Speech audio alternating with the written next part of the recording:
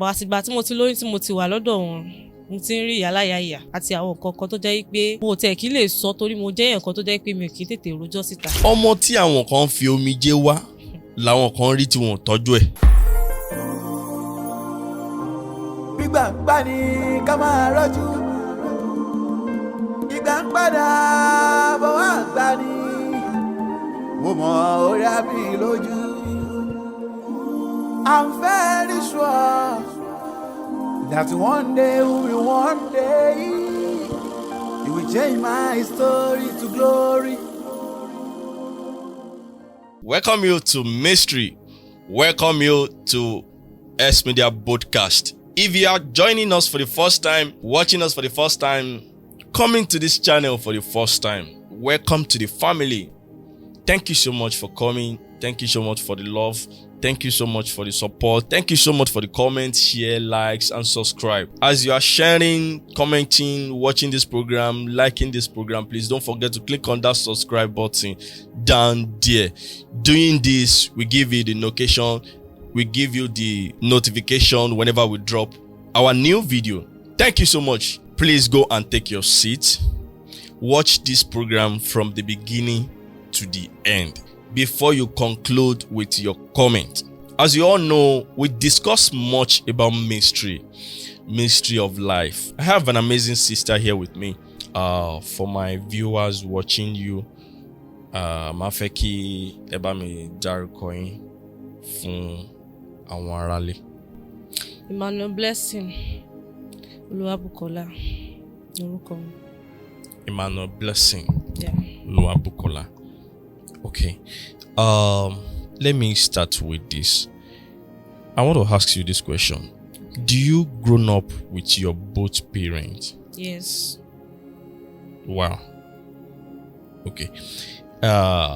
Èmi personally, mo máa ń rí àwọn tó bá dàgbà pẹ̀lú àwọn bí wọn méjèèjì pé wọn kì í sábà ní làkọjá kankan àbí any problem, everything máa ń sweet gan.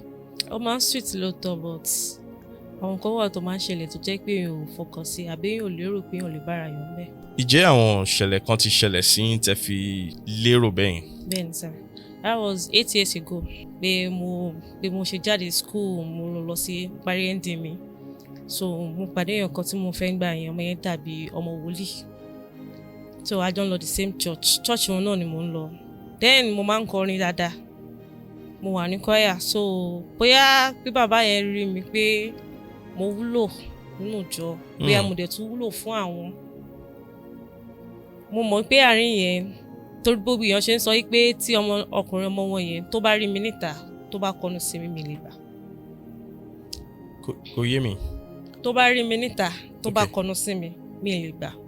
But torí pé mo wúlò tí mo ń lọ sí church wọn, mi ò mọ̀ bí àárín yẹn bó ṣe jẹ́. Mo kàn ṣàmọ̀ wípé mi àti àjọ ń date ara wa.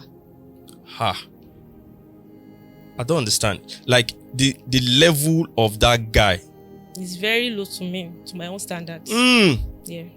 Tẹ́ bá pàdé ara yín níta tó bá toast yín gan ilé ever gbà fún. Tó bá kí mi gan mi ní dá lóhùn.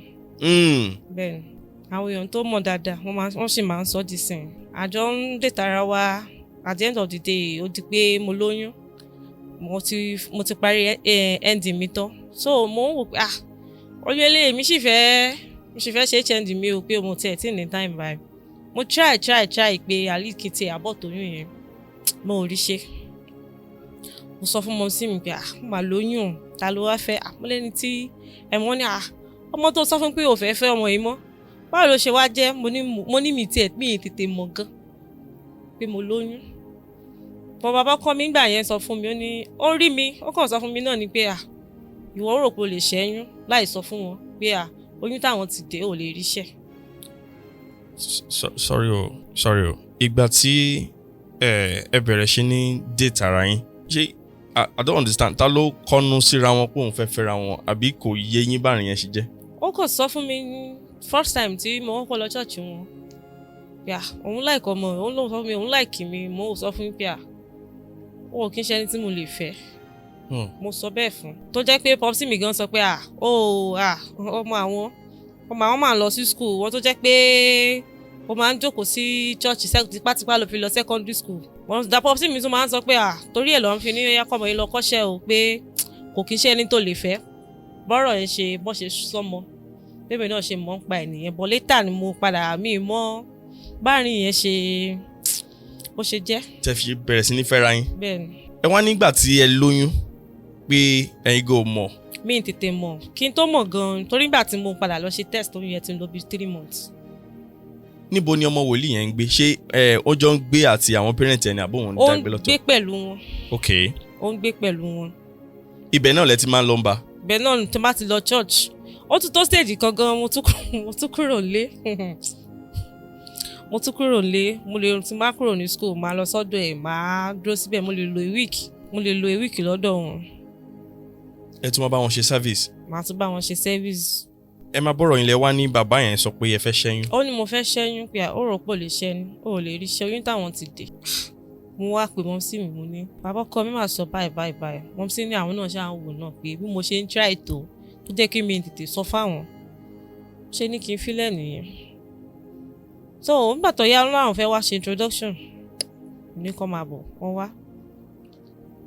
ìgbà tán wá sọ́dọ̀ wa àwọn ọmọ tí mi ní wọ́n máa ṣe wedding wọ́n ní èsì tán fọ̀ ní pé àkọ́kọ́ bímọ náà tó bá ti bímọ tán àwọn máa ṣe pé ìyẹn ṣe kí yóò kí ń ṣe nǹkan bàbàrà. bọ̀ àtìgbà tí mo ti lóyún tí mo ti wà lọ́dọ̀ wọn mo ti ń rí ìyá àti àwọn nǹkan kan tó jẹ́ pé mo ò tẹ̀ kí lè sọ torí mo jẹ́ èèyàn kan tó jẹ́ pé mi ò kí ń tètè rojọ́ síta. bẹ́ẹ̀ni bí kí wọ́n ní kí n fẹ́ jáde mo ní láti gbàṣẹ lọ́wọ́ bàbá ọkọ mi. after gbà tẹ́ lóyún tẹ́ bímọ. tí mo wà nínú oyún lọ́wọ́ ni bẹ́ẹ̀ni. ọ̀dọ̀ wọn náà lẹ ṣì ń gbé. ọ̀dọ̀ wọn ni mò ń gbé. bá tí mo wò pé àmì ìlè máa gbé lọ́dọ̀ bàbá ọkọ mi pé bóyá torí pé mò ń gbé lọ́dọ̀ wọn pé gbogbo àwọn nǹkan tí mò ń rí tèmi àtọkọ mi bá kàn jọ ní ọ̀rọ̀ kékeré tábúrò ẹ̀ bá ti mọ̀ báyìí ó máa lọ sọ fún bàbá ọkọ mi wọ́n máa pè mí sáàrin bígbà tí wọ́n fún mi sí àárín báyìí tí wọ́n wá tò lé mi lórí. pẹ̀lú oyún. bẹ́ẹ̀ni gbogbo wọn máa sọ̀rọ̀ ọ̀rọ̀ tí ọ̀rọ̀ gidi tó yẹ pé mo máa sunkún wọ́n á sọ̀rọ̀ sí mi gan kódà kó jẹ́ pé nù jọ pé à ń ṣe sábìsì lọ́wọ́ ni ọ̀rọ̀ tẹ́bọ̀ ọ̀rọ̀ wọ́n máa àárín ìjọ yẹn náà ló ti máa dá mi kúnlẹ̀ lójú gbogbo èrò níjọ. ìyẹn bàbá ọkọ yín. bẹ́ẹ̀ni lọ́n ti máa pè mí lọ́n ti máa dá mi kúnlẹ̀ láàrin gbogbo wọn. wọ́n ṣe kan tó jẹ́ pé ó ṣe ojú mọ́mísì mi jọ yẹn mọ́mísì mi wá wò mí mọ́mísì mi bínú àwọn ti sọ pé àwọn òròpó lè mú níbi mo fẹ́ lọ ṣé mo máa fẹ́ máa gbóyún tẹ̀lé yín mọ́mísì mi ní láti máa sọ fún mi pé ó tún rù mo ní àmì kí n jẹun. why. wọ́n máa ní àwọn kí n jẹun láàárọ̀ ó dọ̀sán káwọn tó jẹun. nílé wọn. bẹ́ẹ̀ni. pẹ̀lú oyún. bẹ́ẹ̀ni. so àwọn iṣẹ́ kọ̀ọ̀kan tèmi ṣe tó jẹ́ pé mo kọ́ bíi tailor tí mo bá ṣe mo máa ní láti bọ́ síta bí mo fẹ́ lọ ra nǹkan màá ṣe dọ́gbọ́n pé mo fẹ́ lọ ra nǹkan níta ní tó lè jẹun sínú tí wọn dẹ̀ gbúdọ̀ tún mọ̀ lé.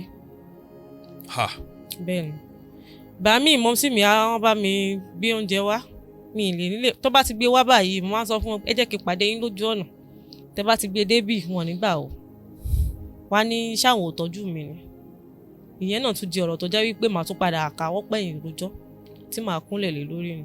ìgbà tọ́rọ̀ wọn sún mi mo sọ fún mọ́mísí bọ̀ mọ́mísí mi ní kí ló wá fẹ́ ṣe mo ní kó ṣàfihàn lẹ̀ ó di pé afẹ́rẹ́ ro mọ́ èmi náà ni mo gbé gbogbo bùkátà yẹn mo wá wò pé ṣé màá tún wá bímọ sí ọ̀dọ̀ wọn yìí ni mo wá pe àwọn ẹ̀gbọ́n mi kan ìyàwó yẹn wà ní UK mo ní kàn jọ pé mo ní ìdówó bí mo fẹ́ gbalé ẹ̀gbọ́n mi yẹn fún mi lówó mo ṣiṣẹ́ mo gba ilé mo ra ẹrù sínú ilé pé ká lè máa sùsù ká máa jí bọ̀ bí mo ṣe gbalé náà tó mo bí lọ́ọ́ jíjọ́dọ̀ wọn ní aago 7 àárọ̀ ó wá pẹ́ ju aago 6 àárọ̀. sorry o kẹ́ tó lọ jìnnà ẹ nígbà tẹ́ fẹ́ bímọ ẹ̀yin lẹ ra ẹrù ọmọ fúnra yín. ẹ̀yin ni mo ra ẹrù ọmọ fúnra mi. tẹ̀dẹ̀ ń gbé ní ọ̀dọ̀ fámílì àwọn ọkọ yín. bẹ́ẹ̀ni. pẹ̀lú ọkọ yín. bẹ́ẹ̀ni. ọkọ yín ò níṣẹ́ ni.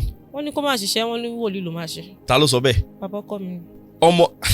ọmọ tẹ oyún tẹ ní fún. bẹ́ẹ̀ni. tẹ̀dẹ̀ wà nílé ẹ̀. bẹ́ẹ̀ni. ẹ dẹ̀ fẹ́ ra ẹrù ọmọ. èmi ni mo rà. ẹ̀yin náà lẹ tún rà fúnra yín nínú oyún. bẹ́ẹ̀ni mo tún lọ́dọ̀ pé kí n lọ gbalé bóyá àti máa lọ sọ́dọ̀ wọn tún máa dínkù. ok. síbẹ̀ náà mo bí lọ́dọ̀ọ́dọ̀ wọn ní aago 6 àárọ̀ bá dẹ̀ máa kúrò ń bẹ̀ bí after 10 lálẹ́. màá bá wọn ṣiṣẹ́ ní tílẹ̀ máa fi ṣú. Sorry, after gbàtẹ́ gbalẹ̀ síta. Bẹ́ẹ̀ni. Ẹ tún máa jí lọ. Màá jí lọ síbẹ̀. Ẹ máa lọ resume. Ṣé wọ́n fún mi salary ni? Wọ́n fún mi ní salary kẹ̀. Wọ́n fún mi salary o. Wọ́n fún mi salary. Ẹ máa lọ máa resume sọ́dọ̀ wọn every day. Ojoojúmọ́. Láì ṣe kankan, láì fún yín lówó, láì ṣe anything. Wọ́n fún mi lówó, màá lọ bá wọn ṣiṣẹ́ ni. Ìyẹn àwọn family ọkọ yín. Bẹ́ẹ̀ni, wọ́n dẹ̀ ní àwọn àbúrò tó dàgbà dáadáa ṣùgbọ́n èmi ni mo gbọ́dọ̀ lọ. Ẹ̀yin lẹ gbọ́dọ̀ lọ kẹ́ lọ bá wọn ṣiṣẹ́. Irúṣẹ́ wo? Kí n débẹ̀ láàárọ̀, bá wọn gbogbo àwọn ilé àyíká chọ́ọ̀chì gbogbo ẹ̀. Ilé ilé wọn bá wọn gbá, máa fọṣọ. Tó bá ṣe pé omi ló bá ní ìdùnnú kò bá sómi lé, màá ní láti bá wọn pọn omi. Ká tó wá rẹ́ ìṣẹ̀ wá tó títí a máa ṣiṣẹ́ yẹn títí di ọ̀sán. Wọ́n ìṣẹ̀ wá ronú pé àwọn fẹ́ dáná o. Lílọ yín ṣe ẹ̀ẹ̀kan lóṣù ni àbí ẹ̀ẹ̀kan láàrin ọ̀sẹ̀? Ojoojúmọ́ ni. Every day. Bẹ́ẹ̀ni, ojoojúmọ́. Ìgbà tó sún mi dé àárín kan bẹ́yà bíi tóyún mi wọ bíi 7 months. Mo wá ní mo fẹ́ lọ ṣiṣẹ́ teacher. Okay. Pé kí n tẹ̀lé máa lọ láàárọ̀, màá lè máa jẹun níbẹ̀. Màá mọ̀ pé tí n bá close nírọ̀lẹ́, màá máa darí sọ́dọ̀ wọn. Mo ṣiṣẹ́ teacher yẹn títí mo fi di owó yẹn náà ni mo tún ṣàjọ tí mo fi rẹ́rù ọmọ tí mo rà. Mo ṣe di ìgbà tí mo fẹ́ bímọ tán parí third term nígbà yẹn. Ìgbà tí ó di pé mo bímọ náà tí mo lọ sí hospital, bàbá ọkọ mi ní àwọn ò lówó lọ́wọ́ o, iye táwọn ní lélẹ̀. Mo ní láti pe ìyá tó bí mi. Mi ṣe mi wà ní kúrò ní hospital ni. Àwọn ló kówó wá tó fowó kún owó tó wà lọ́wọ́. Èló ni bàbá ọkọ yín filẹ̀? Lọ́dún náà wọ́n pe owó ńgbà yẹn bẹ́yà bíi 12,000 ní hospital kan tó wà nínú Fẹ́lẹ́lẹ̀. Okay. Bẹ́yà bíi 12,000 lọ́pẹ̀ ńgbà yẹn. Bàbá ọkọ mi fi tí máa rántí bẹ́yà 4 or 5,000. Nínú 12,000. Bẹ́ẹ̀ni. So mo ní láti pè ìyá tó bí mi, ìyá mi wá bá mi bẹ́ẹ̀. Èló lọkọ yín filẹ̀? Kọ owó òfin kankan lẹ̀ o. Àwọn ní gbogbo nǹkan táwọn wọ́n nígbà tó ti ń ṣiṣẹ́ fáwọn tó bá ní ìdí owó kó béèrè lọ́wọ́ àwọn kó délé béèrè lọ́wọ́ wọn náà wọ́n á sọ pé kò sí ni. Bí ọmọ ọdún mélòó ni ọkọ yín gbà yẹn? Àmì tí mò ń sọ nígbà yẹn náà ó ti bóyá bíi 28 years or 29 then. Bọ́tẹ́ bá rí ẹ̀ lè sọ pé èjì ẹ̀ ní ó kéré. Okay. So ní time gbà yẹn àwọn ní láti pe àwọn tó bí mi lọ́mọ pé nǹkan báyìí báyìí o wọ́n sì mi láti wá tó bá mi sanwó pé ṣé mi ní kúrò ń bẹ́ẹ̀ ni. Lẹ́yìn ìgbà tí mo bímọ tán náà tí mo tún wà tí mo di pé mo wà lọ́dọ̀ wọn náà ká ní pé mo fìyà kan level hélẹ̀ mo bọ́ sí another level nígbà tí mo tún bímọ tán. Ìgbà tẹ́ bímọ tán ẹ tún padà sọ́dọ̀ àwọn family ọkọ yín? Mo padà síbẹ̀ o. Ilé tí mo gbà gan kò jọ pé mo kàn lọ forí sùn mo kàn ń dìde. Ẹ kàn máa lọ síbẹ̀ lálẹ́ kan sùn. Mo kàn forí kọ́. Ẹ tún resume padà sí. Tó bá tún dàárọ̀. Kò tiẹ̀ sí pé aago tí màá débẹ̀ yẹn náà tí ó bá lé ní 30 minutes ìyàwó bàbá ọkọ mi màá máa kúnlẹ̀ ní pẹ̀lú ẹkún kọ́ má bínú mo sùn gbàgbé ni ọmọ yìí ò jẹ́ kí n sùn lóru ni. Pẹ̀lú ọmọ dání? Bẹ́ẹ̀ ni. Táìmù wo lẹ máa ń jí dọ́dọ̀ wọn? Máa ń jí dọ́dọ̀ wọn ní 6 o'clock. 6 o'clock máa ń jí dọ́dọ̀ wọn. Every day pẹ̀lú ọmọ. Tí mo bá dọ́dọ̀ wọn gbà mí gan tó bá sọ fún mi pé ó lè ní má fọwọ́ kan ó ti pẹ́ dé wàá lè láti pẹ̀lú ẹbẹ̀ títí tí mo fi di pé ọmọ mi pọ̀ 3 months. Ẹ̀gbọ́n mi kan bímọ mo ń sọ fún wa ẹ̀gbọ́n mi bímọ wọ́n dẹ̀ mọ̀ ó jọjọ́ némi wọn ni tó bá ti lọ má padà wá síbí mọ́ ní bàbá ọkọ mi. Mo ní kí ló dé sá wọn lọ yọ fún mi ní ó sọ pé ó fẹ́ lọ bí kó mọ ṣé èèyàn máa ń yọ̀ pé ẹ̀gbọ́n òun bímọ ni. Ó tó gbà yẹn tí ọ̀rọ̀ yẹn di ọ̀rọ̀ mo ṣáà ń bẹ̀ wọ́n pé bàbá ìjọ torí lọ ẹ̀gbọ́n mi ni àwọn ẹ̀gbọ́n yìí náà ni mo fẹ́ ní gbótú kí n tún bẹ̀ wọ́n pé wọ́n bá tẹ̀lé bá mi ṣá owó jọ tó bá tún rí mi bóyá mo tẹ̀lé fi bẹ̀rẹ̀ business kékeré tí mo tún lè ṣe. Bàbá yẹn ní láyé sẹ́ẹ̀ tí mo bá ti lọ kí n má padà. Ó dẹ̀ ti sọ̀rọ̀ yẹn nígbà kan tó jẹ́ pé bàbá mi ṣe foundation lé ẹ̀ bàbá ọkọ mi ní mi lè tètà wípé mi lè lọ o. Dáàdì yìí ń ṣe foundation lé wọn. Bẹ́ẹ̀ni. Ọ̀dọ̀ bàbá ọkọ yín tẹ wà wọ́n dẹ̀ ní ẹ gbọ́dọ̀ lọ. Wọ́n ní mi gbọ́dọ̀ lọ wọ́n ló bọ́ sí Sunday. Wọ́n ní torí pé bọ́ sí Sunday. Bẹ́ẹ̀ni. Torí pé wọ́n fẹ́ lò yín lọ́jọ́ Sunday. Torí pé màá kọrin church Sunday. Torí pé ẹ kọrin ní church wọn lọ́jọ́ Sunday. Wọ́n dẹ̀ season yín. Bẹ́ẹ̀ni mọ́mísí mi ló padà bá mi bẹ̀ dáàdì mi torí dáàdì mi ní pé irú fámìlì òun mo ti lọ lọ́kọ yẹn kí ló dé tó sì sọ èdè ẹrú kalẹ̀ ò lè jáde ò lè bọ́ síta ò lè lọ́ọ̀bì kankan òun láì ṣe pé ó kàwé. Àwọn parents yín ò dẹ̀ gbìyànjú láti force yín kúrò ńbẹ̀ ni. Sickness mi yẹn ló tiẹ̀ jẹ́ káwọn parents mi dá sí. Okay. because mo sick gan torí ó di nǹkan tó jẹ́ wípé mo ní nǹkan kan látọ̀dọ̀ wọn títí dìsín mo ṣe ń títẹ̀ ọ́sà tó bá bẹ̀rẹ̀ sí mi orí táìsì inú church máa lọ dákúndé nígbà tí ò sóúnjẹ. Ìgbà tó ń fún yín lóúnjẹ bẹ́ẹ̀ni. ẹ lè dá oúnjẹ jẹ fúnra yín àfi tó bá fún yín. àfi tó bá fún mi. àfi tí mo bá lọ sọ́dọ̀ mọ́ sí mi pé mo lọ kí wọn mo tún lè sọ pé mo tún jẹun kò tún sáyà àti gbé oúnjẹ wálé gan lọ́dọ̀ wọn. Báwo ni ẹ wá ṣe kúrò lọ́dọ̀ wọn? ọjọ́ némì yẹn náà ni mo kúrò. Ọjọ́ tẹ́ fẹ́ ṣe némì ọmọ yín? ọjọ́ némì ẹ̀gbọ́n mi. Okay. ọmọ mi wà ní 3 months nígbà yẹn. ọmọ tí ń ti wà ní 3 months. bẹ́ẹ̀ni, okay. mo wá ní mo fẹ́ lọ síbi némì yẹn bàtán sọ lọ pé tí bá ti lọ kí n má padà mi kà sáwà dànù pé tí màá ṣe torí ọmọ pé mo lọ bí némì ẹ máa ní kí n má padà. mo kàn máṣọ bíi 2-3 fọmọ mo kàn lọ́jọ́ yẹn ṣùgbọ́n gbogbo bí mo ṣe débi némì yẹn mi ò gbádùn orí fífọ́ yẹn fọ́ mi gan tó jẹ́ wípé mo ní mo ti ẹ jẹ́ ká lọ́dọ̀ yín mo ṣe lọ́dọ̀ mọ́ sí mi gbà yẹn lọ oorun tí mo sùn mọ́júmọ́ mo bára mi lọ hospital ni Jesus. wọ́n ní sickness yẹn ti wọ̀ mí lára gan mo ṣe wà ojú mi mo díjú fún like a month mi lè jẹun wọ́n sì mi gan ti ń ké pé pé tẹ́wọ̀n bá tán bá tẹ̀ ní pé kí n kó lọ́dọ̀ àwọn ṣé dandan nìkan pa mí ni. Gbogbo time yẹn ẹ ti develop ọ̀ṣà. Bẹ́ẹ̀ni. Pẹ̀lú ọmọ lọ́wọ́ tẹ̀dẹ̀ máa fọ́mọ lọ́yàn. Bẹ́ẹ̀ni. Láì jẹun. Mi ò ní jẹ. Ẹni yìí náà dẹ̀ níyàwó. Wọ́n níyàwó.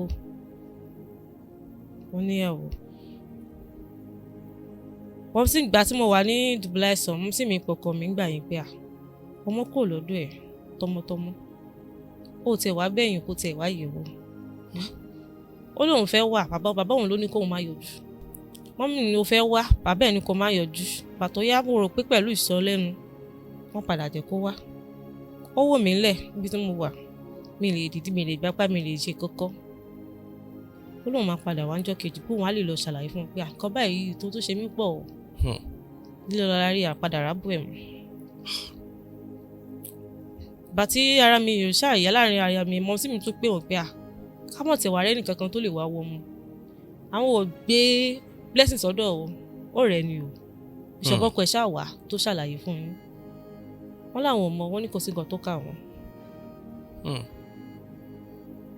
ìgbà tí mo tó pé 6 months gẹ́gẹ́ torí mo lò bí 3 months lọ́dọ̀ mọ́ tí mọ́ mi ti pé 6 months nígbà yẹn mi lè dárìn dáadáa mo wá kọ̀ jálẹ̀ mo ní ẹ jẹ́ ká lọ sọ́dọ̀ mo ní ẹ jẹ́ kán rí mi kán lè mọ̀ pé kéṣe pé bóyá ẹ bò mí mọ́dọ̀ yín mo sì mi pọn ọmọ mi a lọ bá wọn torí báyìí à ń gbé Ìwó road a lọ sí Fẹ́lẹ̀lẹ̀ a lọ bá wọn bàbá kọ́ mi rí mi báyìí kódà àwọn ọ̀tí ẹ̀ ṣe bẹ́ẹ̀ ni pé rí yàn ọmọ wọn náà tẹ̀ ń gbà ó kàn kí ọmọ wọn ni ìgbà tí mo ní ẹ jẹ́ ká lọ sílé ọ̀dọ̀ mi kí n lọ mú aṣọ mi ì lè tí dúró síbí kó má tún kó mọ́ nǹkan tó ń ṣe mí bí àwọn tó rí mi tó ṣe bí ẹni pé bí àmì exist lórí ìjókòó tẹ̀yìn tẹ́ pẹ́yìn lẹ́tọ́ ẹ̀ṣẹ̀ lọ kí wọn pé ara blessing ni ò yá mo délé mo wọnúlé mo bá ẹrù obìnrin mi nínú ilé. Inú ilé èwo? Tí mo fowó gbà. Ok, ilé tẹ ní ẹ gbà nígbà tí ẹ lóyún yẹn. Bẹ́ẹ̀ni. Kò yé mi, ẹ bá ẹrù obìnrin mi lé. Mo bẹ̀rù obìnrin mi nínú ilé bí pàtó pọ́n kó títí tèmi wọ́n kó jáde sí store torí ilé yẹn ní store kan bẹ́ẹ̀. Ok. Wọ́n wá kó ẹrù mi yẹn wọ́n kó lọ sínú store wọ́n wá kó títí obìnrin yẹn wọ́n kó wọlé mo wá wọlé mu ní gbogbo machine mi gbogbo lè kó sí kí ló dé ṣó gba 2 room ni because a room gbàgbà yẹn. Ok. Ó lóun gba 2 room pé ẹlòmíì ló wà nílé mo lẹ́lòmíì ó ní dádì òun ní òun lòun rí èmi tóun fẹ́ èmi so ẹni táwọn gbé fún tó wà nílé yẹn àwọn làwọn rí táwọn fẹ́ fún. Sorry o àárín yẹn ò yé mi o. Wọ́n ló wu òun ló wá bá mi ló wá bá wọn pé òun fẹ́ mi òun fẹ́ mi èmi dẹ̀ ti lọ àwọn ẹni táwọn wá rí tó wu àwọn làwọn fẹ́ fún ọmọ àwọn yẹn. Ìyẹn bàbá ọkọ yín. Bẹ́ẹ̀ni. So torí ẹ̀ ló ṣe ń fi yín ṣẹrú. nítorí pé kò wu bàbá ọkọ yín láti jẹ́ kí ọkọ yín fẹ́ yín. torí pé ó wu àwọn ẹni tó fẹ́ fún wọn tó wù àwọn lọ́kàn wọ́n fẹ́ fún wọn. wọ́n ṣe wàá fẹ́ fún after gbà tẹ́yìn lọ yẹn. tèmi lọ kúrò ń bẹ tára tèmi ò yá mo wá ní mo gbọ́ ni mi ì tí ì gbà mo wá lọ sọ́dọ̀ bàbá ọkọ mi pẹ̀lú mọ sí mi mo padà síbẹ̀ mo ní dájì mo ní mo délé nísìnyí kí n mú aṣọ mo ní mo bá obìnrin mẹ́rin dé bóun náà ṣe sọ fún mi gẹ́lẹ́ làwọn náà ṣe sọ wọ́n ní akọlọkọ ẹrù rẹ wá àwọn àgbénu church. kí lọ kó ẹrù yín kúrò nínú ilé tẹ́ fọwọ́ ara yín gbà. kí lọ kó kúrò nù torí wọ́n ti kúrò nílé ó ti wà nù stọ̀ wọ́n ní kí n máa kó bọ̀ ní church kí n wá máa gbé àyíká. pẹ̀lú ọmọ. bẹ́ẹ̀ni wọ́n wá tún sọ statement kan gbà yẹn wọ́n ní tó bá ti mọ̀ pé wà á ti second wife. second wife mo fìdí jálẹ̀ ní òyìn ní èmi second wife mo lé ọmọ ọdún mélòó ni mí mo ní dáàdì kí n ṣe bẹ́ẹ̀ ṣe rò ó wọ́n nígbà tí mo lọ yẹn táwọn sọ fún mi pé kí n má padà wá wọ́n ní táwọn bá ti sọ kò sẹ́ni tó máa ń yí àwọn lóhùn wò kí n béèrè lọ́wọ́ àwọn tó jẹ́ àwọn ìyàwó táwọn ní. àwọn ìyàwó. bẹ́ẹ̀ nítorí létà mo ń padà mọ̀ pé ìyàwó tán ní ó fẹ́ tó 4. ṣé wọ́n lówó gan ni. kì í ṣe pé ó lówó ẹ mọ̀ ọ̀rọ̀ wọn dàbí àwọn wòlíì kan tó jẹ́ pé kì í ṣe pé wọ́n ní owó. ẹlòmíì kì í ṣe gbogbo ẹni tó lọ sábẹ́ wòlíì ni ẹlòmíì gan wà tó pé nǹkan kékeré ló bá lọ tó jẹ́ pọ̀tọ́ ní nǹkan mi tó bá látọ̀gbọ́n. ó ti yé mi. tó nǹkan tó ṣẹlẹ̀ nìyí nǹkan tó dẹ̀ wà ní ọ̀rọ̀ wọn ni pé ẹni tó má ti fẹnu kọ pé ẹnu yìí mo fẹ́ ni o ó hàdí fẹ́ ni láti tún rí ẹni tó tún lè dẹnu kọ padà. Jésù. torí nígbà tí mo sọ fún wọn gbà yẹn pé mi ò lè fi ọmọ wọn mọ́ pé mo yọ̀ǹda kó wà tẹni tó wù wọ́n yẹn kó fẹ́ fún un pé mo yọ̀ǹda àwọn méjèèjì pé kó má wọrí máa kẹ́rù mi kí ló tún fẹ́ mo ní láti kúrò ń bẹ̀ mo lọ kó ẹrù mi. ọmọ yẹn dàgbà díẹ̀díẹ̀ ó ń fẹ́ bẹ̀rẹ̀ school mo lọ síbẹ̀ ọmọ yẹn fẹ́ bẹ̀rẹ̀ school dẹ̀ máa nídìí ẹ̀pọ̀ yín sá torí mo ti mọ̀ pé tí n bá lọ bọ́mọ náà ọmọ á ní kí n lọ bá bọ́ òun náà mo lọ sọ́dọ̀ òun mo sọ fún òun bàbá ní àníṣe kò síbi tó ń lọ kó padà sínú church wa máa gbé church tí n bá mọ̀ pé mo fẹ́ káwọn support mi lórí ọmọ wọ́n ṣe sọ̀rọ̀ níjọ́ yẹn mo lọ lẹ́ẹ̀kínní mo lọ lẹ́ẹ̀kejì wọ́n ti ṣe sọ èsì tán fún mi nìyẹn mi wá padà lọ mo wá padà dá ọmọ yẹn tọ́. fúnra yín. bẹ́ẹ̀ni ọmọ ìjọ yẹn náà nísìnyí ó ti ń lọ 8 years báyìí mo lẹ́yìn ìgbà tí mo kúrò lọ́dọ̀ òun after 4 years mo tún rí ẹlòmíì mo pàdé ẹlòmíì náà gbà yẹn mo fi iṣẹ́ bojú pé kí n má tún lọ bá ẹlòmíì pé omi ìtumọ̀ rú ìwà tó tún wà lọ́wọ́ tiẹ̀ náà but ìgbà tí mo tún wá rí òun wípé àwọn fámìlì tiẹ̀ wọ́n wà ní Èkó ìyẹn súnmọ́ bọ́dà àwọn kìíní yẹn Kútọ́nù. mo wò pé ọlátẹ̀dúpẹ́ kò sí fámìlì lólè pé á jẹ́ pé mi àti ẹnìkan la máa jọ máa wà bí kò tún sí pé mo tún fẹ́ kó sínú fámìlì ìjù bíi titi alákọ̀ọ́kọ́ ìyẹn náà mi kọ́kọ́ fún láyè náà tẹ́lẹ̀ bọ̀ pẹ̀lú pọ́psí mi tí wọ́n á ń disturb mi nílé pé torí bàbá mi Yíbò ni. bàbá mi ti ń sọ pé láàrin àwọn ọ̀rẹ́ àwọn láàrin àdúgbò wọ́n ti ní pé mo wá dálé mo ṣú sílé àwọn. ṣé mi ò fẹ́ má rì mọ́ ni nìkan ní sùúrù wàhálà yẹn pọ̀ tó jẹ́ pé wọ́n ti ń mú ti bí ọ̀rọ̀ kó lórí tèmi wọ́n ti mú sórí ìyá ẹ̀ ló bà yí ẹ̀ jẹ́ ìyá ẹ̀ ló ṣe gbà mo bá wò pé ilé ìkú ti ń dààmú mi ó ti ń kú tí ilé ìkú ń dààmú mi láàmú látijọ́ ìpè mo fẹ́ fẹ́ mo wá mú yẹn wálé wọ́n rí mi ti ẹ̀wọ́ṣẹ́ tó ń ṣe torí mo wò pé nọ́mbà èmi náà mo níṣẹ́ lọ́wọ́ because ìyẹn bá àwọn tó máa ń drive mọ́tò like private driver. mo wá wò pé kò mo wálé wọ́n dẹ̀ bá sọ̀rọ̀ wọ́n dẹ̀ ní òun serious kankan báyìí ìyẹn náà a ṣe bẹ̀rẹ̀ fífẹ́ ó rọra ń dọ́bọ̀ díẹ̀díẹ̀ bọ̀ nígbà tí mo máa rí toró parọ́ fún mi ó ní òun ò kí mọtí òun ò kí ṣe lè òun ò kí ń pẹ́ǹtà ọ̀rọ̀ àwọn pé tí mo ṣe bí lè question tó wá ò pé wẹ́ no problem Christian ni ẹnu wàhálà èmi náà Christian èmi náà lè máa lọ church abẹ̀rẹ̀ yẹn náà gbà tí mo dọ́dọ̀ títẹ̀ náà lòun náà jí padà sí mi ó change sí mi ó di pé kó yó kóun àtàwọn ọ̀rẹ́ ẹ̀ kó lọ mọtí kó délé kó máa bì mo ní mọ̀ sí ewu tí mo tún kó sí. after gbà tẹ́ fẹ́ra yín tán. bẹ́ẹ̀ni. ṣe wedding pẹ̀lú ẹ̀. mo sọ fún wọn pé mi ṣe wedding. mo sọ fún wọn pé mi ṣe wedding ẹni tí ariwo kú mi ti ẹ̀ fẹ́. ó kàn wá mọ family yín. pẹ̀lú mọ́mí àti dáadé wọ́n kó àwọn family wọn kankan náà wá mo ní mi ṣe wedding. ó máa wá mọ tí yó. ó máa yó mi mọ̀ pé mo jẹ̀yà grade tẹ́lẹ̀ ni mo tún wá bọ́ sí ànádà wọn. torí ìyẹn ti ìyẹn ò kí ń nà mí o ṣùgbọ́n á bá mi yòdì màá ní màá torú tí mo tún wà ní oyún lọ́dọ̀ ẹ̀ tiẹ̀ náà. ẹ tún lóyún fún yẹn náà. màá bímọ ní kí ni mo ṣe fún ẹ tí mo ṣe ni wọ́n ní mi ò ṣe kankan fún wọn.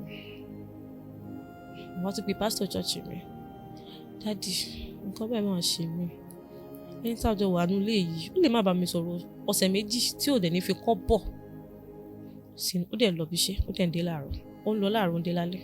kò ní fún yín lówó oúnjẹ. kọ́ bọ̀ kódà ó ṣe débi wípé tó bá ra oúnjẹ wálé báyìí ní alẹ́ ńgbà mi tí bá sùn sórí bẹ́ẹ̀dì á dẹ̀ dàjẹ́ báyìí kó ra 2 kóòkì á mú kóòkì méjèèjì yẹn á dẹ̀ sọ́kì sílẹ̀ báyìí. mo wá béèrè lọ́wọ́ that church mo ní ìjọ mo ní ẹ bá mi bá sọ̀rọ̀ bóyá mo ṣẹ̀ tó jẹ́ pé mo ti ṣẹ̀ tí mi mọ̀ pé mo ṣẹ̀ ni wọ́n pè é ó ní wàláhì mi ṣe òun kí lè tó wá wọn ó ní òun tí ìmọ̀bìnrin bá gbé. òun tí ìmọ̀bìnrin bá gbé. bá gbélé.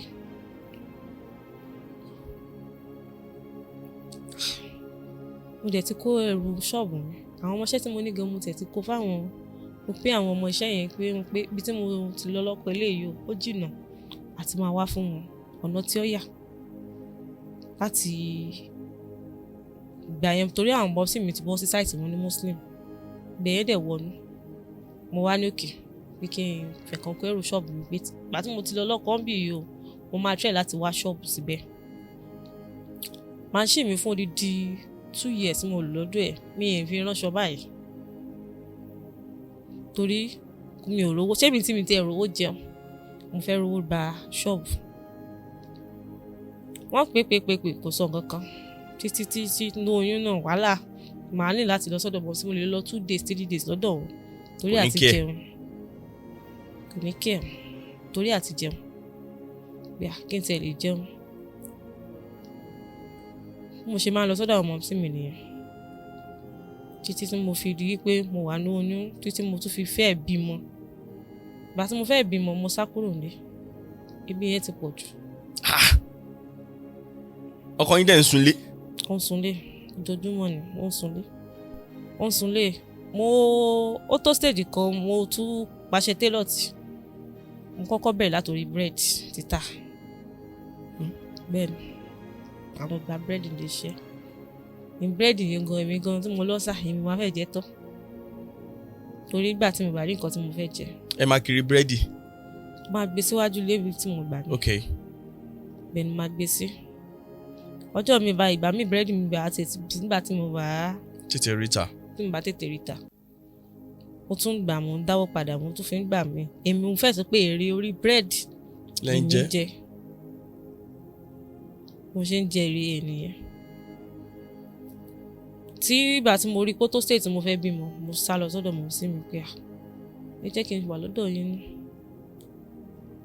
tí má wà lọ́dọ̀ yín àlè tó bá tẹ̀ tó tẹ̀ mo fẹ́ bímọ màá mọ bí màá ṣe gba hospital lọ ọ̀dọ̀ wọn mo wà títí tí mo fi bímọ ọjọ́ tí mo bímọ tán tí mo fẹ́ bímọ ọkọ mi ń bá mi jà láàrin ọ̀sẹ̀ kan tó kù tí màá bímọ mi.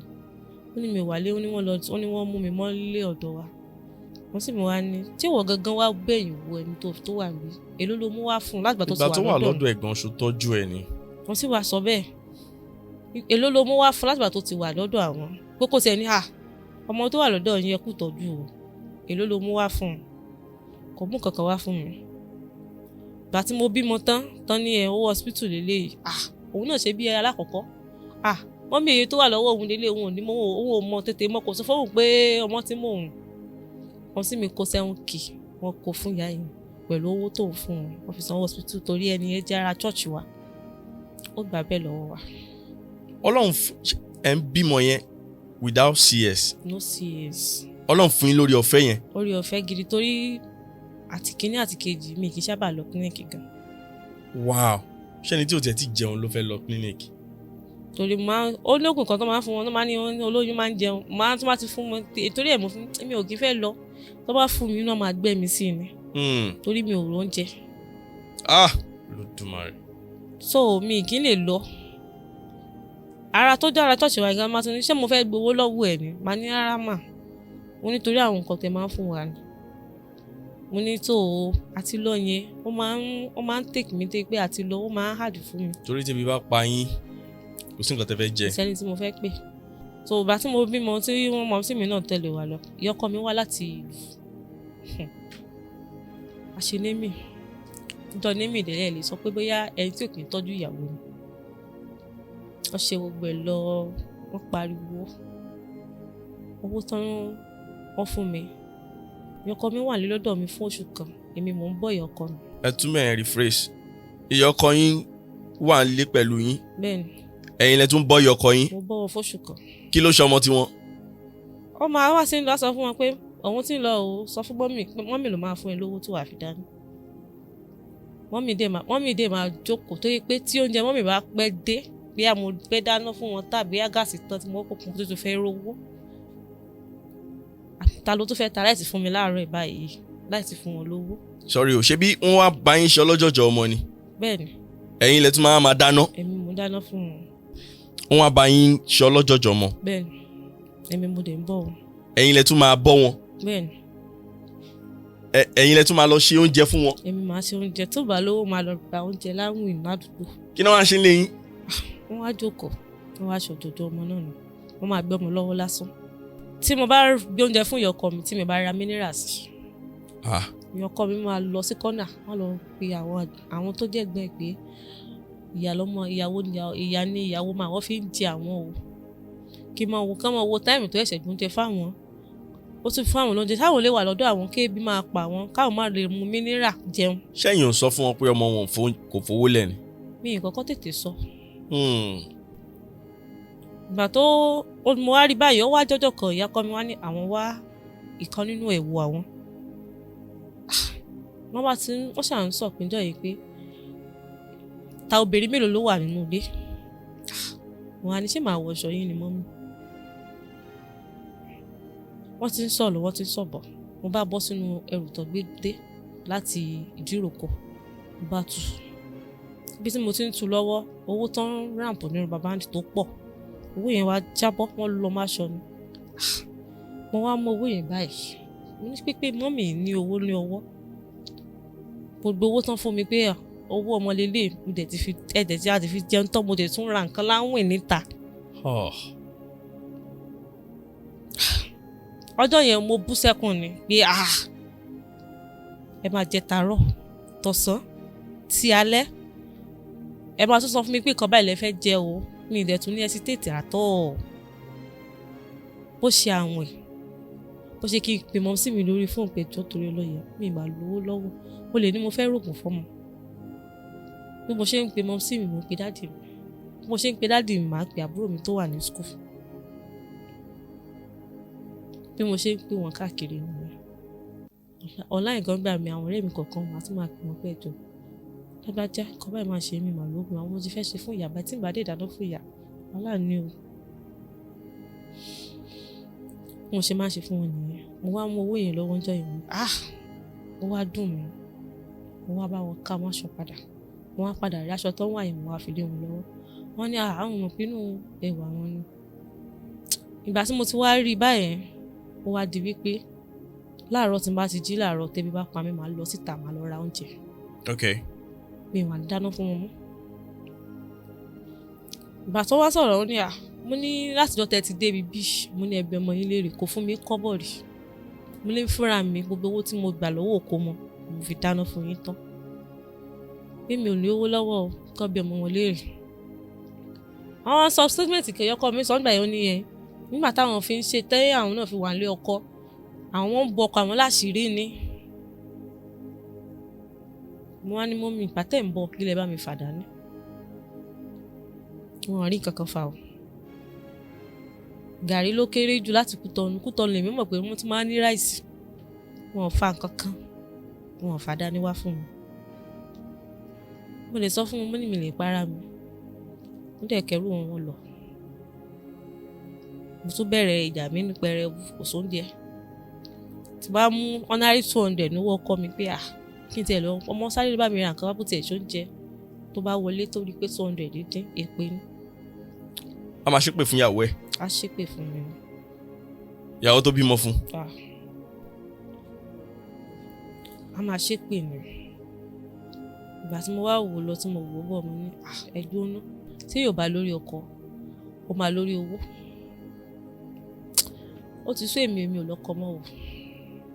téèyàn bá lórí ọkọ. a lórí owó. a lórí owó. bẹ́ẹ̀. mo wá sọ fún mọ́sí mi mo ní owó mo fẹ́ wá owó tí màá fi gbalé mo ní mi fọ́kọ mọ́ mo lọ́nà ń ṣe mo ti bọ́kùnrin mo ti bóbìnrin mo dẹ̀ wò wípé ọmọ méjì lẹ́yìn bí. èyí tó wà lọ́dọ̀ yín gan tó jẹ́ ọmọ 7 years yẹn gan kò jọ pé ẹ̀yin lè bá mi bọ̀ ẹ̀ bá mi rán lọ sí school. mo ní kéré at this stage èmi ló yẹ kí n máa fún yín nìkan mo lè mi mo tún máa ń sunkún sí yín lọ́rùn. kí lágbájá bá rí wọn á ní kí ló ṣe é tó wá rù báyìí.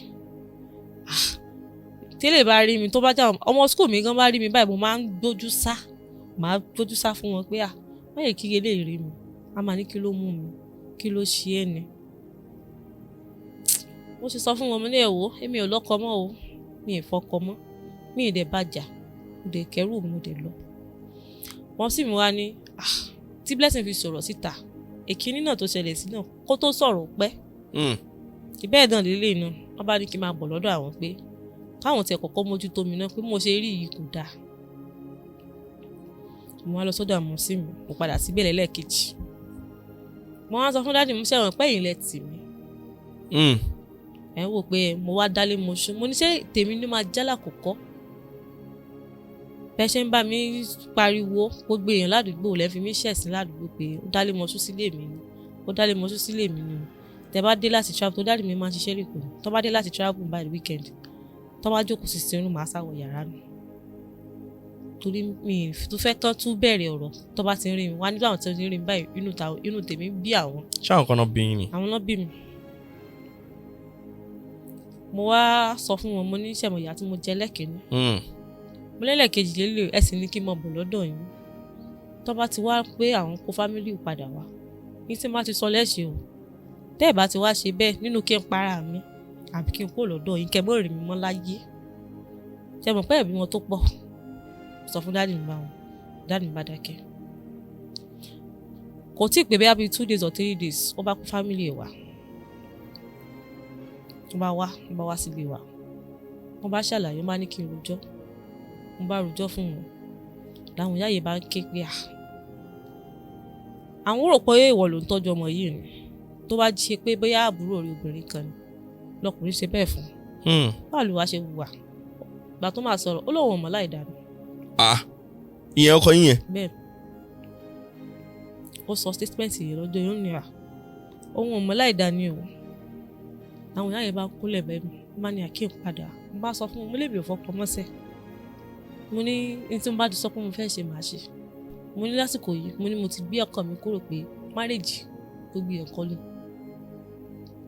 mo sọ fún wọn mo ní mi ṣe mọ́ mo ní ọmọ ẹ̀ mo lélẹ̀ kó máa tọ́jú ẹ̀ mo tó bá ti ń fẹ́ bá dìde ẹni tó bá fẹ́ fún ní nǹkan kó wá máa fún un mo ní tẹ́ bá mọ̀ pé kí n padà tí n bá kọ́kọ́ dúró síbi for a while tí n bá rí why mo ní mo lè padà mo dúró bẹ́ẹ̀ after 2 years lọ́dọ̀ pọ̀ sí mi bẹ́ẹ̀ ni kò mú kọ́bọ̀ wá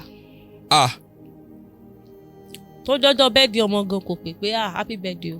Ó dẹ̀ wà láyé. Ó wà láyé. Kò mú kọ́bọ̀, kò mọ bọ́mọ ṣe wọ school. Ọmọ tí àwọn kan fi omijé wá làwọn kan rí tí wọ́n tọ́jú ẹ̀. Kò mú kọ́bọ̀ wá o. Tó bá wá sí ọ̀dọ̀ wa lẹ́kọ̀ọ̀kan. Lẹ́yìn ìgbà after 2 years yẹn, ó máa wá ra bisikíìtì 15 naira. Bisikíìtì 15 naira. Tó jẹ́ pé school àwọn ọmọ mi mo lè láti sọ fún wọn yìí pé lẹ́yìn èmi, mọ̀mísí mi àtàbúrò mi ká má hàlá ẹnì kankan. Torí wọ́n sọ fún mi ní pé ó mú ìyá ẹ̀ wá láti ìdíròkò. Ìyá ẹ̀ wá láti ìdíròkò. Kàkà tó yẹ kí ìyá yẹn wá sílé wa, ìyá yẹn wá lọ sí school ọmọ. Wọ́n wá lọ ra bisikíìtì 15 naira àti happy àwọ̀yọ̀ kan fún mi. Ṣé bisikíìtì 15 naira? Bẹ́ẹ̀ni. After 2 years? Bẹ́ẹ̀ni. Ọmọ tá à ń sọ ní tó ti ń lọ bí 4 years báyìí. Mo wá sọ fún wọn yìí pé teacher school mọ̀ mí pé bisikíìtì yẹn pálí mo máa ń rà sílé fún wọn bí mo ṣe ń jẹ̀yà tó yìí torí mi ò fẹ́ kán máa rà káàkiri. Mo níbẹ̀ náà ni Mr. Funtu náà. Mo ló pè mí kí n má jẹun. Ẹ kúkú mọ̀ pé bí mo ṣe jẹ́ pé mi nìkan mò ń sanwó àwọn mi tó. Mo ní ẹ rí i pé mi jẹ́ wín lówó rí. Ẹ má jẹ́ kí ẹnìkan kan. Ẹ̀yin lẹ ń sanwó school àwọn ọmọ méjèèjì yẹn. Bẹ́ẹ̀ni. Torí lẹ́yìn ìgbà tí mo kúrò lọ́dọ̀ ẹ̀ mo bẹ̀rẹ̀ iṣẹ́ padà. Iṣẹ́ tailor mo ṣí ṣọ́ọ̀bù. Okay. Mo ń ta material. So mo máa ti tajà báyẹn mo máa ń sáré fowó màá tún fi tọ́tà àwọn mi bá nídìí màá tún sáré san. Tó bá jẹ́ school wọn náà ni àsìkò yẹn màá sanwó school wọn. Mo ń tajà báyẹn mo ń lọ láàárọ̀ mo ń dé lálẹ́. So ìṣẹ̀lẹ̀ wa kọ́ wá ṣẹlẹ̀ ní àárín April ọdún yìí. Wọ́n já ṣọ́ọ̀bù mi. Wọ́n kó gbogbo irinṣẹ́ mi lọ àtàwọn ọjà tí mo ṣẹ̀ṣẹ̀ rà síbẹ̀. Táìmì yẹn làwọn ọmọ mi dẹ̀ fẹ́ ṣe passport. Mo wá pe bàbá ọmọ mi pé àwọn ọmọ mi ojoojúmọ́. The first one or the second one? The second one. Torí if the first one mi tẹ̀ ní nọ́mbà ẹ̀ lọ́wọ́ mi dẹ̀ tí ń pín mi kí mi ní family ẹ̀ tí mo fẹ́ pè mí tẹ̀ ní anybody. Òun náà dẹ̀ wá yín. Kò wá mi pẹ́ anybody. Mo wá pe ti kejì yẹn pé ọmọ ẹ fẹ́ ṣe passport tó ojoojúmọ́ ọmọ tí ń attention nínú ilé ó ti ń jẹsẹ̀ mọ́lẹ̀. Wọ́n dẹ̀ já ṣọ́ọ̀bù mi o. Ó ní wọ́n já ṣọ́ọ̀bù ẹ̀ mo ní bẹ́ẹ̀ ni. Ó dá òun máa bá a sanwó mo bá ní mo ti gbọ́. A dúró ó wá kọjọ́ 3 tí máa ṣe passport. Wọ́n ti já ṣọ́ọ̀bù mi ìrówó. Àwọn ọjà kọ̀ọ̀kan tó wà lọ́wọ́ mi mo kọ́kọ́ pé kí n lọ gẹ́ẹ̀tì machine kékeré. Okay. Mo wá rò pé àwọn ọmọ mi ti ń kénu rí pé wọ́n mi ṣáwọn ò ní wọ aṣọ passport mi. Mo bá lọ sanwó passport fún àwọn ọmọ mi ní school. Pé tó bá mú owó wá o pé màá lè fi owó yẹn màá lè dá padà màá lè fowó wá owó kún màá lè lọ fi ra nǹkan tí mo fẹ́ rà ní bóyá kí n lọ ra fail use lórí machine. Àwọn ọmọ ṣe passport tán mi ò rí kọ̀lẹ̀ o. Mo bá pè lórí fóònù ní lágbájá tí mo bá pè látàárọ̀ ọ̀dẹ̀ alẹ́ kò ní gbé kọ̀. Màá tó máa padà sọ fún olóhùn busy ni. Mo ló dáa ẹ lè busy bí iṣẹ́ ṣùgbọ́n mo nídìí ìrànlọ́wọ́ pé torí ọmọ passport tẹ́ ẹ sọ yẹn mo ní mo yáwó fi ṣe ni. Olóhùn ti gbọ́ máa send ẹ̀ sí ẹ. Kò send owó àtìgbáyé ni ò ti gbé kọ̀ mí. Kò support ọmọ kò support ẹ̀ kò ṣe nǹkan kan. Bọ́sì mi tún pé ìgbà tó lè máa padà sọ fún mi nígbà tí èmi àti ẹ̀ tí mo padà sọ̀rọ̀ sí lórí fóònù mo sọ̀rọ̀ sí gan mo ní tó bá ní pé bàbá ní ìwọ náà ìwà náà jáde pé bàbá yẹn wọ́n wá yà wá pé wọ́n náà lọ́mọ kan bì kan ó sọ fún mi olóhùn busy mo ló busy mo ní bí èmi ò ṣe níṣẹ́ lọ́wọ́ tí mo ti ṣọ́ọ̀bù pa láti ìgbà tán ti jí mi ní nǹkan mo ní mi ò dákẹ́ pé káwọn ọmọ mi má jẹun ó ní ṣebí bàbá alákọ̀ọ́kọ́ náà báwo ké sóyè náà ń tọ́jú ọmọ ni kí n má halẹ̀ mọ́ òun báwo bẹ́ẹ̀ gbé ọ̀rọ̀ tọ́ sí lẹ́nu lóòótọ́ mo bá filẹ̀ ṣùgbọ́n mo wá ń wò ó pẹ̀lú pé torí wọ́n ló wá lẹ́nu ọjọ́ mẹ́ta wá sọ́dọ̀ wa torí èmi àtìgbà tọ́rọ̀ ti ṣẹlẹ̀ mo lọ gbé pẹ̀lú ọ̀rẹ́ mi pé mi ìfẹ́ tún dúró sádùúgbò. Ìtìjú ẹ máa pọ̀. Ó ti pọ̀ jù bọ́sí mi náà dẹ̀ tún àwọn náà wọ́n ti sọ̀rọ̀ mọ́ wọn sọ̀rọ̀ mọ́ pé lọ́lọ́kọ̀ ṣùgbọ́n àdúgbò yẹn ti wá sú mi ní gbígbé mo wá ń gbé pẹ̀lú ọ̀rẹ́ gbà tí mo gbé pẹ̀lú ọ̀rẹ́ náà ló wá sílé wọn ní ó ní ẹyin pé wọ́n mi ẹ̀ má bínú òun pe nọ́mbà yín òun kìíní kan ni ó dáa òun máa lọ sí school àwọn ọmọ ó ti lọ gbà ká nọ́mbà dé school ọmọ mi á ti tó ẹ̀mẹ́ta báyìí kò rí kankan sẹ́ǹdì. a ní kán sẹ́ǹdì ká nọ́mbà àti ó tún ní kán tún kọ́ sínú pépà á ní òun máa pè wọ́n kọ́ fóun nọ́mbà òun máa pè wọ́n kò rí kankan sẹ́ǹdì fún wọn.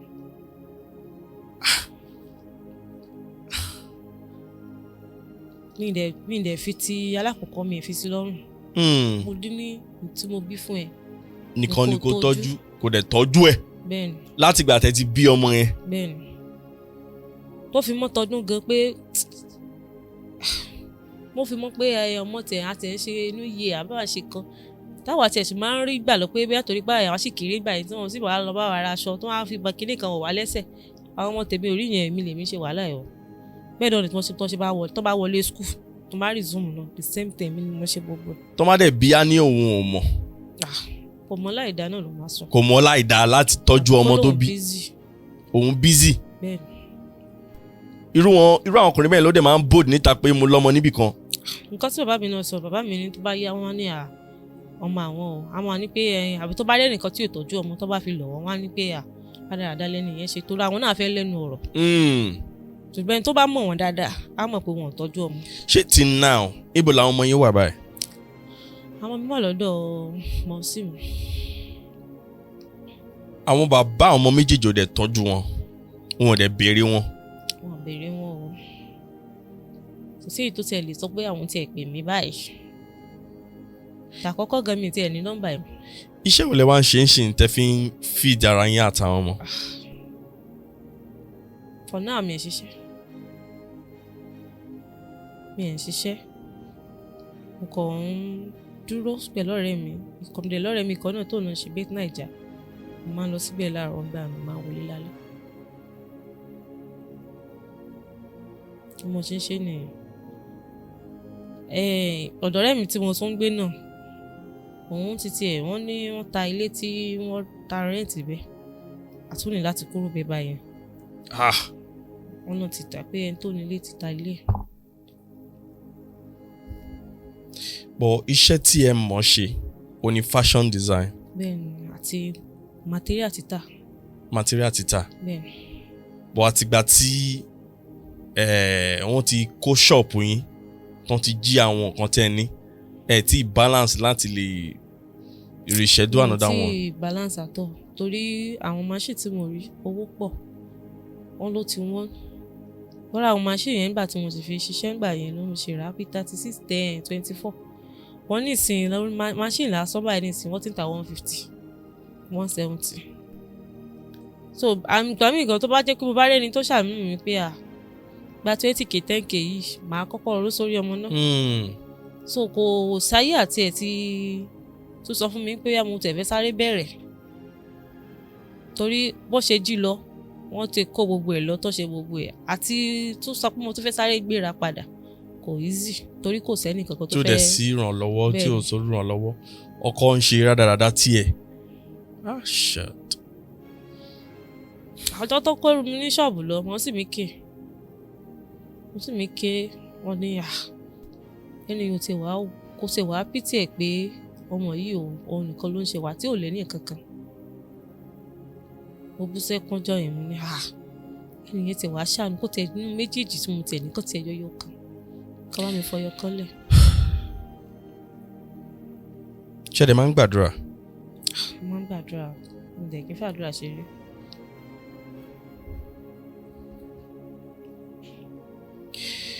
kí ni àwọn nǹkan tẹ́ rò pé àwọn èèyàn lè ṣe fún yín tó lè tù yín lára. àkọ́kọ́ náà tí n bá ti rẹ̀ níyàn tó lè ṣàánú mi tó bá jẹ́ bísínẹ́sì mi. ẹ sọ̀rọ̀ sókè. tó bá jẹ́ bí orí bísínẹ́sì mi inú mi á dùn torí mo mọ̀ pé tí mo bá ń ṣiṣẹ́ màá sì lè tọ́jú àwọn ọmọ mi. tí bísínẹ́sì mi bá dúró mi rò pé mo tún lè ní problem kankan. bẹ́ẹ̀ ni bísínẹ́sì yẹn ni kókó. tẹ́ bá rí good business sínsìn lórí business tẹ́ bá rí invest lórí business yín ẹ máa wà òkè ẹ máa fi lè máa tọ́jú àwọn ọmọ yín. bẹ́ẹ̀ni torí nígbà tí mi ò ní gan mò ń tọ́jú wọn. tí mi ò ní kódà kó jẹ́ pé bóyá kí n má ní kankan ṣe láwọn ọ̀rẹ́ kọ̀ọ̀kan tó jẹ́ pé tó súnmọ́ mi dáadáa tó jóbìnrin tí mo ń ṣiṣẹ́ tí mo máa ní ẹjọ́ ẹ yá mi níye báyìí ní tẹ́ fi send owó sí màwọn sí mi náà pé kọ́ lè fi bá mi bá wọn ra nǹkan káwọn yẹn fi lè lọ sí school. nínú ọ̀sẹ̀ tó lọ yìí wọ́n sì láwọn ọmọ mi padà wá sílé ní school wọn torí nínú owó school wọn mo san díẹ̀. wọ́n sì wá pè mí láàárọ̀ olùkùtù wọn ni wọ́n lé àwọn ọmọ ẹ̀ ò mo ní ṣáyé kan náà àwọn ọ̀rẹ́ mi 2 3 nù ẹjọ́ ẹ yá mi lówó. báwo lè ṣe ń dá padà. ìgbà míì tí má lè rìn yàn fún mi 2k bára 3k tẹ́lẹ̀ mo kọ́kọ́ máa fi boyfriend ṣe bọ́ mo ní ẹ̀wọ́ mi ì tiẹ̀ ṣe mọ́. kí ló dé. because àwọn tó máa tẹ̀ especially tán ti mọ̀ pé single mother ni wọ́n máa ń sá padà ni wọn ò ní nǹkan tó fẹ́ ṣe náà fún tẹ́lẹ̀ náà mo tó tún wá mọ̀ pé tó wá wò pé olè làwọn fẹ́ fún ẹ wọn ò ní dúró so now ẹ nídìí ìrànlọ́wọ́ lórí iṣẹ́ yín. bẹ́ẹ̀ni. ǹjẹ́ tẹ bá rí ẹni tó bá jẹ́ pé ó fẹ́ employ yín lórí iṣẹ́ yín yẹn bóyá ẹni yẹn ní fashion design school or anything tó dẹ̀ máa fún yín ní good pay ṣe máa lọ fún. máa lọ o tó bá ti jẹ́ iṣẹ́ tó wọn máa fẹ́ tì mí lówó kò sí problem torí àwọn iṣẹ́ tí mo rí kọ̀ọ̀kan ní ìgboro bíi kéèyàn rà àwọn iṣẹ́ 20,000 àwọn gbà 20k àlẹ́ máa lọ láàárọ̀ màá tún máa wọlé lóru. ok ó fẹ́ máa fún yín ní 20,000. lóṣù. nínú ẹ̀wọ̀n kíyàn máa ṣiṣẹ́ gan-an ó péjú ilé lọ ìlòkulò lọ́dẹ̀ tún lọ àwọn èèyàn nídìí iṣẹ́ pé 20,000 naira. ó tún láì mo tún sọ fẹ́ẹ́ lómi gan-an sọ fáwọn míì pé tẹ bá rí iṣẹ́ kó bá jẹ́ ní fucking state tó bá ti dé pé location bàwá mẹ́ẹ̀ tí èèyàn máa dúró tí èèyàn máa sùn sí. accommodation ok. yes pé mi ò mind tó bá ṣàti jẹ́ iṣẹ́ tó máa fetch mi lọ́wọ́.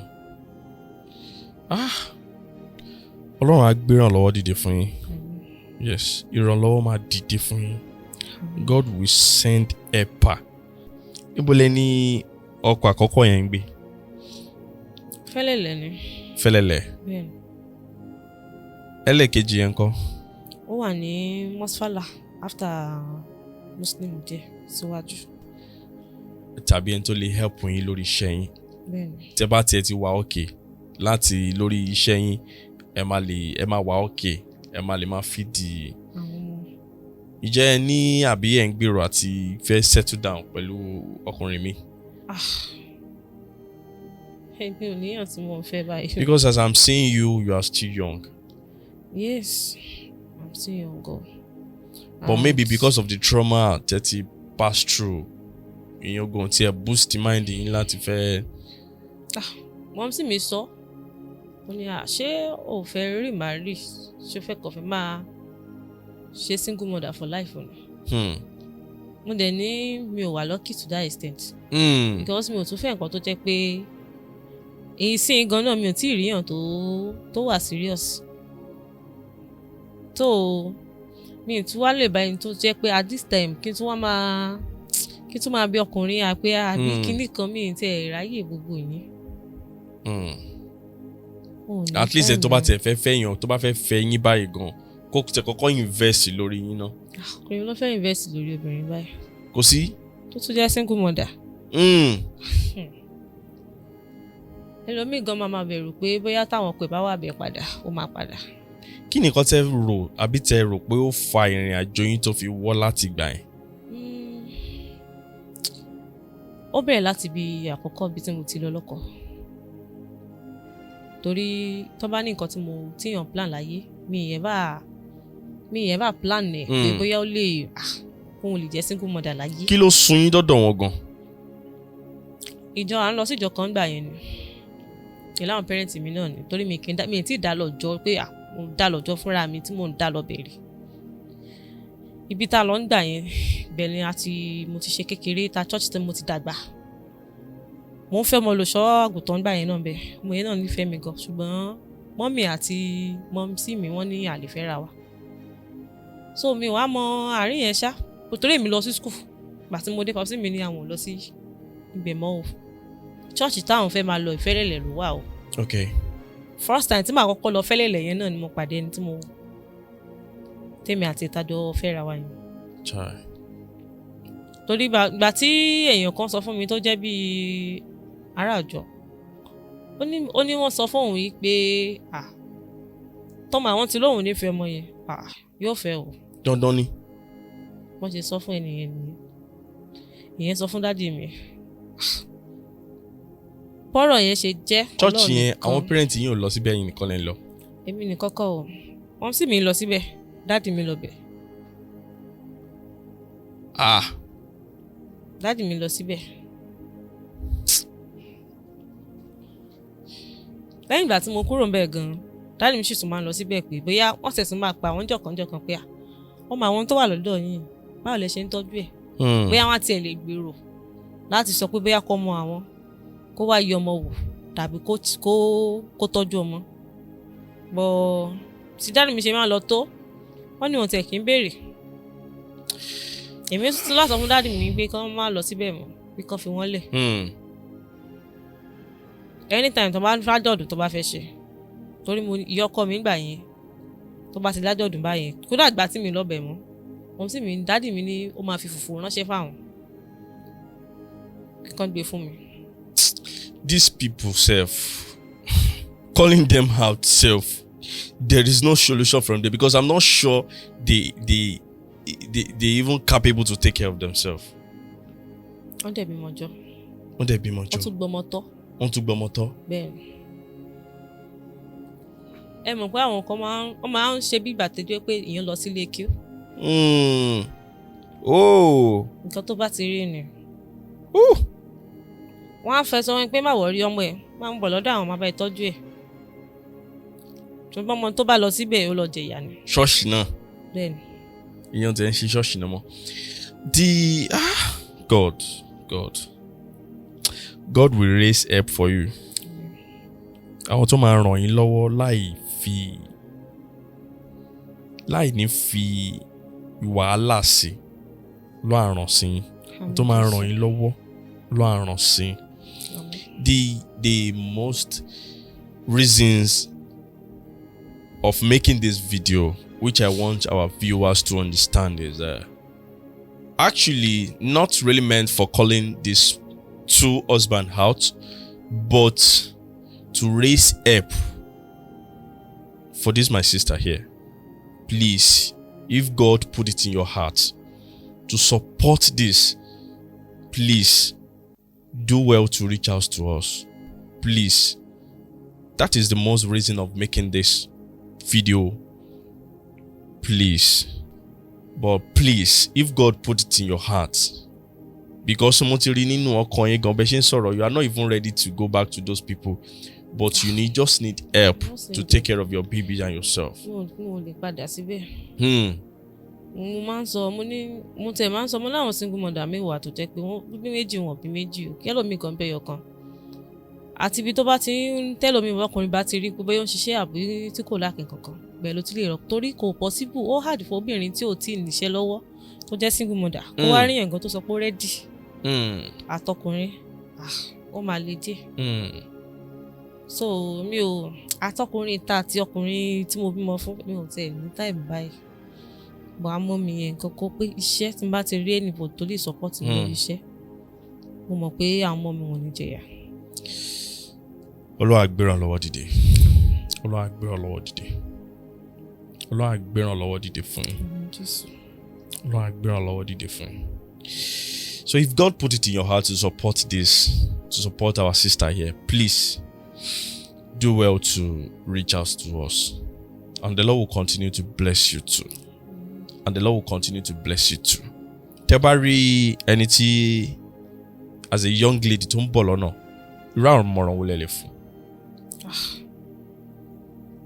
Kẹ́ mo ṣe máa ń sọ torí mo lábúrò obìnrin náà. Mo dẹ̀ ní àwọn kankan náà tó jẹ́ bí àbúrò sí mi. Mo máa ń sọ fún wọn pé mo tẹ̀ máa ń sọ fún wọn kó má fẹ́ yàn church gan sef.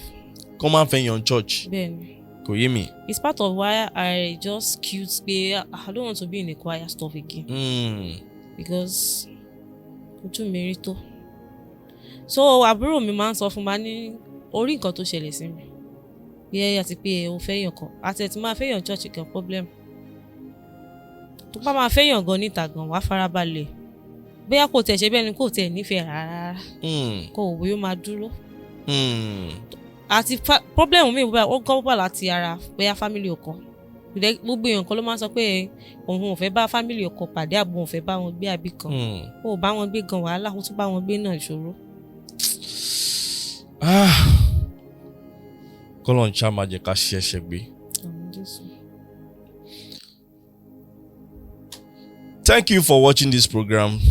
Thank you for staying tuned. Thank you for watching this program from the beginning to the end as we want to write. If would you like to call your phone number if people want to reach out to you by themselves? Okay. Yeah. You can call your phone number. 00 11 21 68. Call it again. 00 11 21 68. So you are into fashion designer, but for now you don't have any equipment or anything to establish yourself, yes. And you need support, you need help, yes, and the Lord will raise it for you. So I only read you by law. Till we meet again, still your humble Stephen Adekunle. Stay blessed and don't forget to support us. Thank you.